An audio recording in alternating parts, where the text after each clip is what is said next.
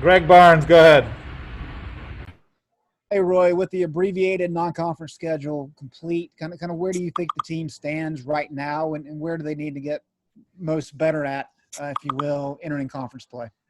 Where do we need to get most better at? I've never heard anybody say it like that, Greg. That's pretty good.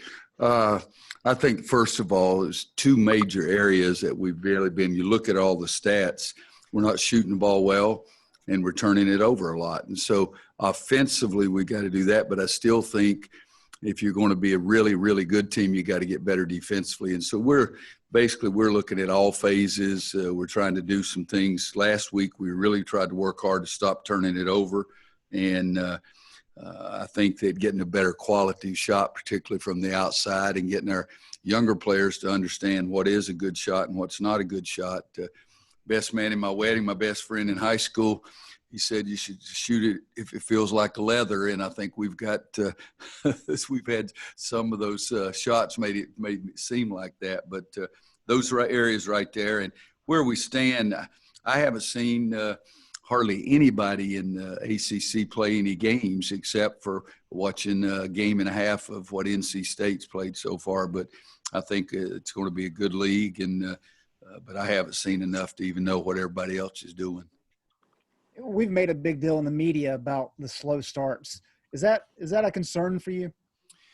Probably not as much as it does give you guys something to write about, I guess. But we started the UNLV game down 13-0 and we won by 18, I think. So I would like to start better, yeah. But I look at the total game probably more so than how we start. And to be honest with you, I look at the last 4 minutes more than I look at anything, because that's usually crunch time, and that's when we really got to play better there.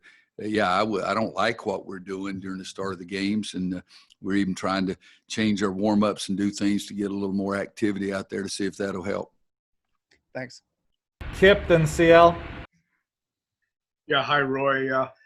After the way Kerwin Walton shot the ball Saturday, do you see him getting more playing time, especially regarding the shooting deficiencies that you just mentioned? Yeah, I think that, I'm not going to get too excited about what he did. I didn't get too excited. I'm looking down here now. So he's 5 for 12. So if my math is right, that means he was 2 for 9 before that, if I'm looking at the right column. And so he makes them in practice. He has some stretches in practice in our shooting drills where he makes a lot of shots. I think that he's probably been averaging around 10, 11, 12 minutes each game. We do need some guys in the game that are going to make shots, and I think that was extremely important to us, and I think Puff is a little bit of that too. And so there's going to be more opportunities for anyone the more successful you are. And I think, needless to say, his offensive performance against Kentucky was huge for us.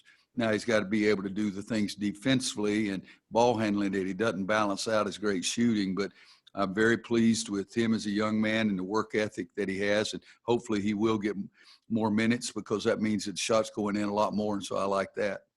CL? Hi, Roy. With the way you guys handled the ball against Kentucky, only 11 turnovers, are you more comfortable going into a game like this against State, that a team that is known to press a lot and to want to try and extend the court and get you in trap situations? I really always in the past have liked people to press us because it makes it a full court game. Some people just press to slow you down and aren't really aggressive with it. But State really does try to take the ball away from you. And so I've always liked to play in those kind of games, but never with two freshman guards out there. It's a little more scary this time than it has been in the past. And I think that's Kevin's philosophy and what he tries to do, and they do a nice job of it. We can't go over there and expect to be successful if we turn the ball over 25 times or something crazy like that. And only turning it over 11 times Saturday was much better than what we've been doing, but we'd like it even lower than that, or keep it at that but have more possessions. The percentage of our turnovers is what bothers me. Andrew Jones? Hey, Coach, Armando's been fairly productive and fairly consistent so far this year. What have been some of the major differences in why he's had more success, and also kind of how he's approaching things differently this year as opposed to last year? Well, he's in better shape. He's more athletic. He's more mature. His body's better, and he's simplified his game. It's not spin left, spin right, spin left, spin right, and try to shoot a shot. And I think that now he's focusing on the rim. He's trying to go up strong and realize how big he is, how long he is, and he doesn't have to do all the twirls and spins that he's done in the past. So I think the biggest thing is just simplifying what he's doing and getting more confidence that it's been successful for him. A quick follow-up. He mentioned the word maturity the other day. He said he's more mature. Can you kind of elaborate on that from your perspective? Well, I think he's just more serious about the game. His work ethic is better. His workouts are better. What he's doing with the team, he sees the big picture, and I think that comes from maturity on both the offensive and the defensive end. We talk about seeing the big picture, and the freshmen that you get the first couple of weeks, they have no idea what you're talking about, and the quicker they get it, the better. And some guys don't get it throughout a whole freshman year possibly, but I just think everything about him is more serious now. And I don't mind a fun-loving kid. I love that. But I think that Armando has put in more work, and it's more structured work than he had in the past. Josh Graham. Hey, Coach. It's been talked about that this is the earliest meeting State and Carolina have had in a very long time, dating back to the ACC Big Four days. I'm just interested in your memories of the ACC Big Four tournament and what you make of this series being played so early. It makes no difference at all to me. It really doesn't. I mean, we got to play people and play them. Some people you play twice, and so it hasn't made one bit of difference to me when I saw where it was on the schedule. Yes, I was around in the old Big Four days, and the ACC at that time was no more than 8 schools. It might have even been just 7.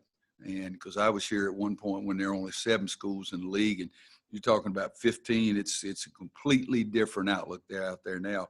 But I didn't really like the Big Four, and I don't think any coach did. If you think about one thing, that early in the season, somebody's going to be 0-2. And so I didn't really like it that much just for that reason. And I don't know that we ever went 0-2, but it was a lot of pressure and something that could make you lose some confidence early instead of getting some confidence. Luke Buxton.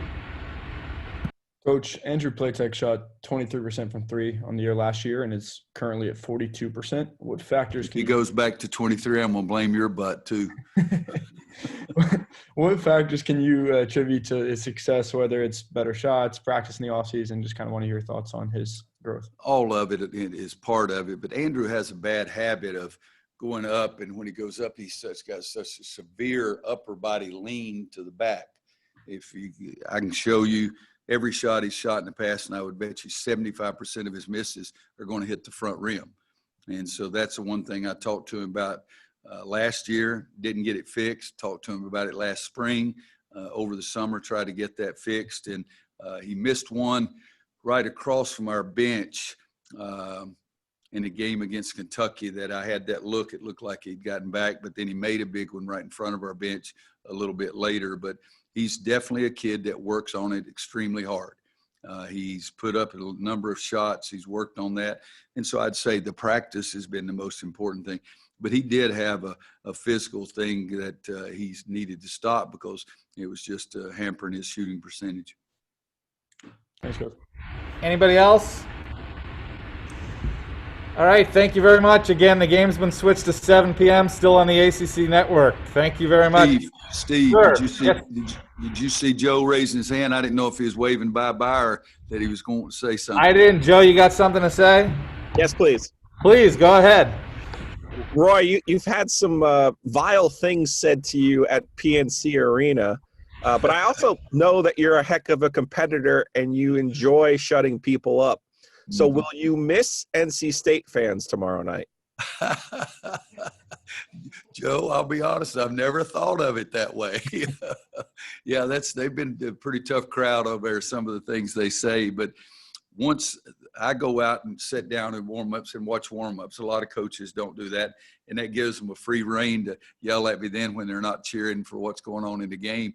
That'll be the only time that I'll really miss it, because once the game starts over there, their fans have been so great over the years that my hope is that we can silence the crowd by how well we play. So I'll still be focused on how well we play, but I will be looking around out there to see if there's going to be somebody there that'll want to yell at me just for old time's sake. Thank you, everybody. Thank you, guys.